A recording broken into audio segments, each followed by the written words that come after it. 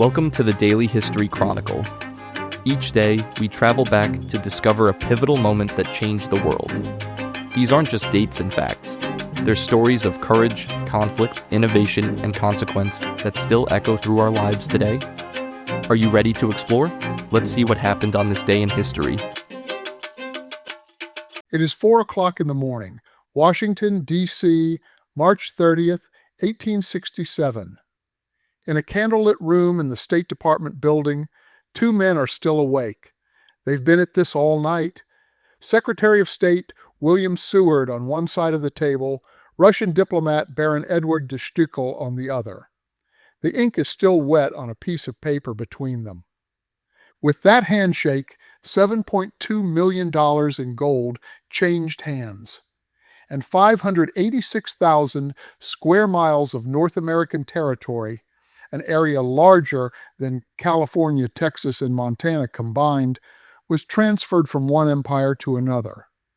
The Aleut, the Tlingit, the Athabascan, the Yupik, the people who had lived on that land for thousands of years, were not in the room.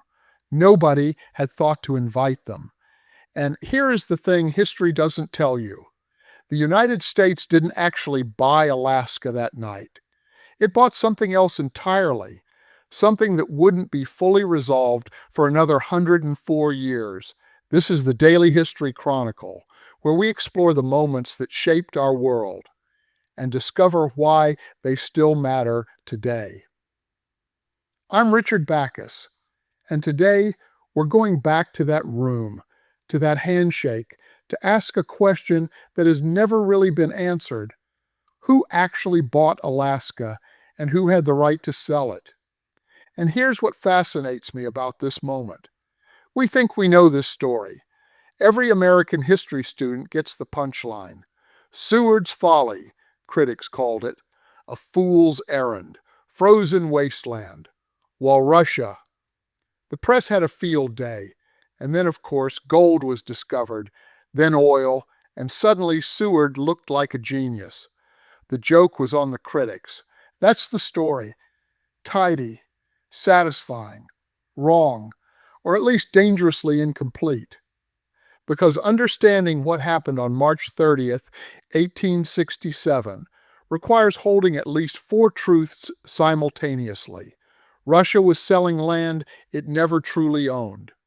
The United States was buying sovereignty it had no legal basis to exercise.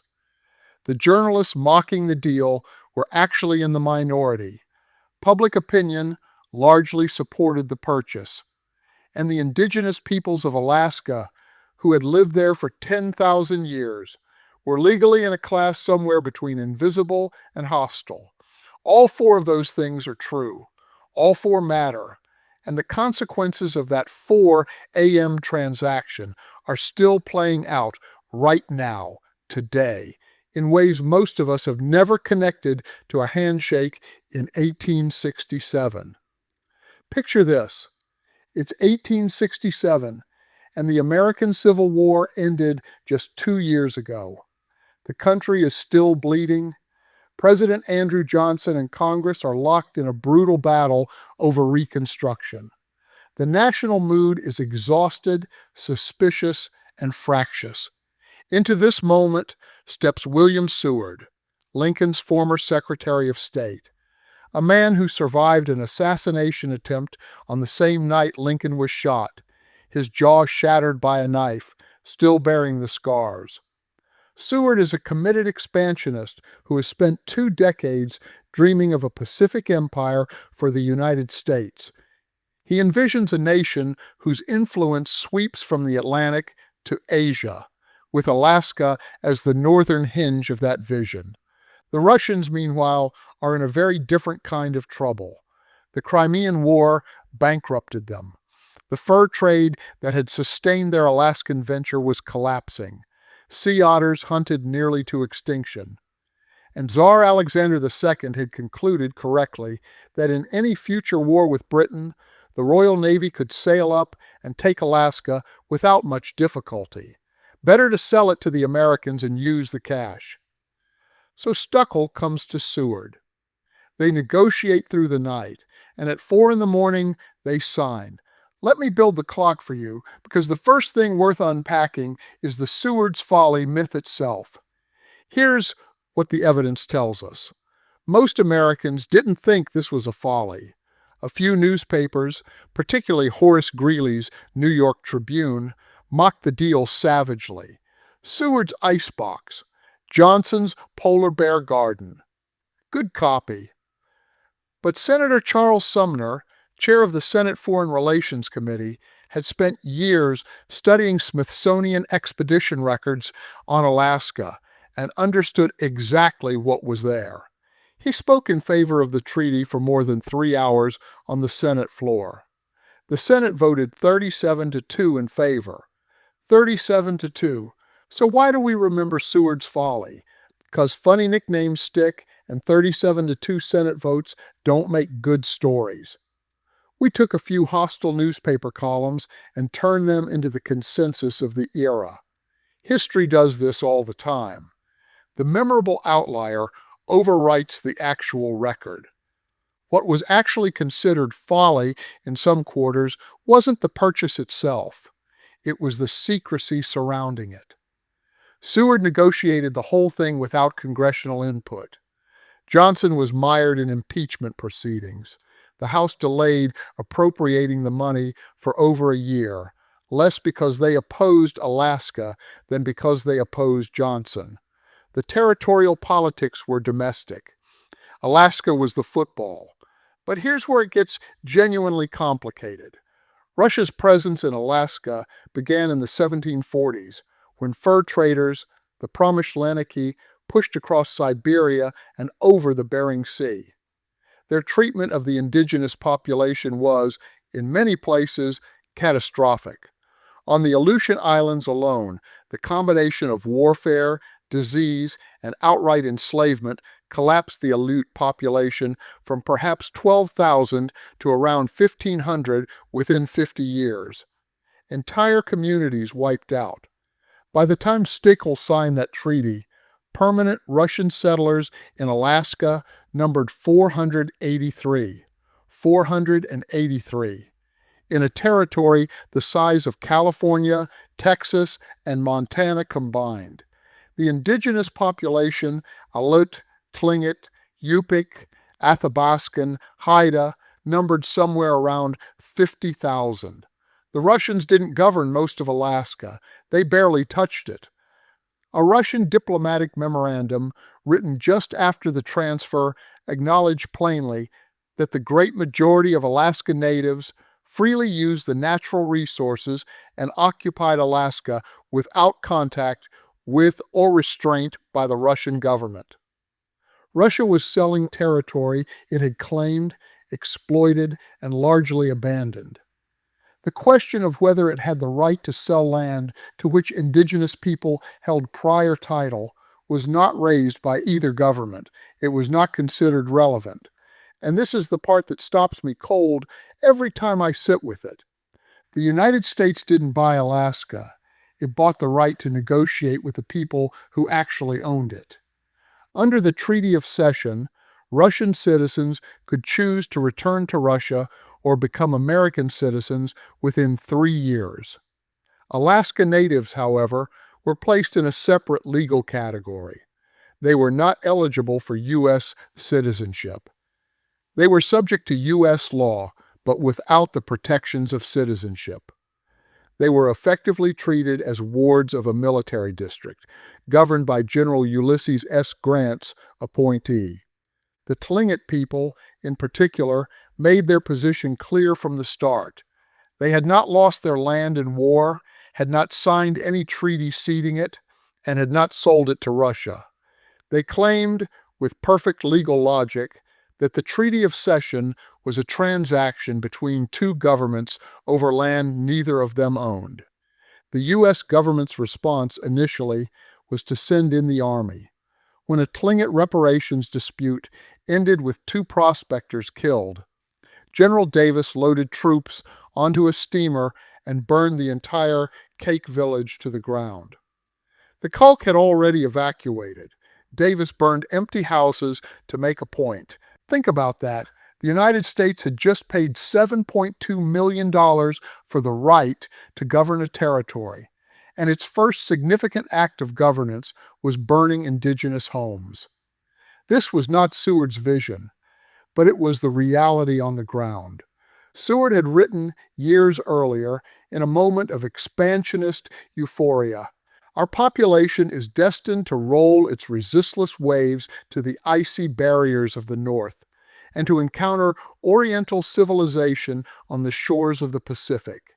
It is a remarkable phrase, restless waves, as if the people already living north of those icy barriers were simply water, to be displaced, absorbed, and rolled over. It wasn't malice in Seward's case. It was the blind spot of an era, an entire civilization rendered invisible by the momentum of another's ambition. And yet, Seward was also right about Alaska's value in ways that would take generations to prove. The gold rush of 1896. The oil fields of Prudhoe Bay were discovered in 1968, the strategic military position during World War II when Japan actually invaded the Aleutian Islands. The Arctic shipping lanes are now opening as the climate changes. Seward saw something real. He just couldn't see the people it would cost. Here is the final turn of the knife. The Alaska Statehood Act of 1958 formally recognized that indigenous land claims had never been settled, but the new state government largely ignored that recognition. It wasn't until a federal land freeze in the late 1960s, triggered by the discovery of oil on the North Slope and the need to build the Trans-Alaska Pipeline, that the U.S. government was forced to reckon with what had been unresolved since 4 a.m. on March 30th, 1867. In 1971, 104 years after Stoeckl and Seward shook hands, President Nixon signed the Alaska Native Claims Settlement Act. It conveyed 44 million acres and nearly $1 billion to Alaska Native peoples. Think about what that means. The federal government essentially acknowledged a century later that the original transaction was incomplete, that the land had not, in any meaningful legal sense, been fully purchased in 1867. The United States spent over 100 years sitting on a continent-sized piece of property before getting around to compensating the people it had been taken from. We're still living with the consequences of that 4 a.m. handshake. Let me be specific about that. Alaska's 120,000 native residents today operate under the Alaska Native Claims Settlement Act, a compromise that many Native Alaskan scholars argue was itself imperfect, trading land for cash in ways that disrupted traditional governance and introduced corporate structures foreign to indigenous communities. The legal and political battles over what was really settled in 1971 continue in federal courts. Russia and the United States are currently engaged in their most serious Arctic competition since the Cold War. The melting of Arctic ice is opening shipping lanes and exposing undersea resources, oil, minerals, strategic choke points, that Seward could not have imagined but somehow intuited. Every geopolitical move in the Arctic today is downstream from that treaty. And then there's the conversation happening right now about Greenland.